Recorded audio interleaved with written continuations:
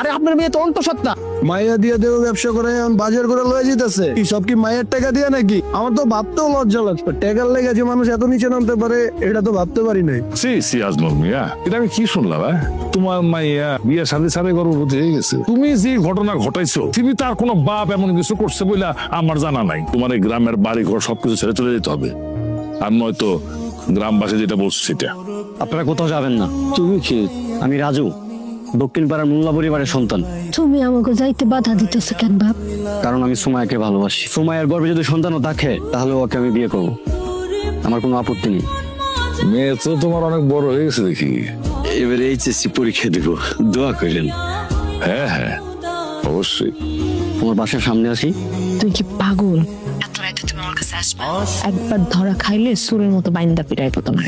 ইস, আমি কি চোর নাকি? তুমি আজমল কাকার মেয়ে না? জি, আসসালামু আলাইকুম। ওয়ালাইকুম সালাম। এখানে দাঁড়াচ্ছ কেন? কোথাও যাবো নাকি? আমি বাড়ির দিকে যাইতেছিলাম তো, গাড়ির জন্য অপেক্ষা করতেছি, গাড়ি পাইলে যাব। বাড়ি যাবা? এই তো নাম নাম নাম নাম নাম নাম। আসো আসো, আমি তোমার নামে দিয়ে যাবো, আসো। না না, আমি গাড়ি পাইলে চলে যাবো, অসুবিধা নাই, একলা যাইতে পারবো। আরে সংকোচ করা কি আছে? আমি তোমাদের বাড়ির দিকে যেতেছি, তোমাকে নামাই দিয়া আজমল কাকার সাথে দেখা করে তারপর আমি যাবো। আসো আসো। অবস্থাও একটা জিনিস, এই বয়সে যা খেলা দেখাইলো না। আর বললেন না, মানে এইগুলা যে এত বাড়া বাড়ছে, তবে একটু আমার জন্য দোয়া করলেন আর কি, যাতে আমি আপনাদের এই চুরি চামারটা বন্ধ করতে। চেয়ারম্যান চাইলো আর তুমি তার সাথে চলে গেলা? আমি কি ইচ্ছা করে গেছি? হ, তুমি ইচ্ছা করে গেছো।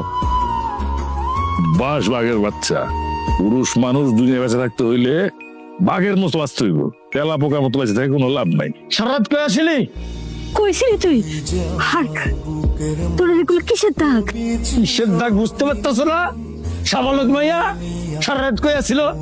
সারাত সি সি সি সি সি রে, আমার মান সম্মান সব ধুলায় মিশাই দিয়েছে।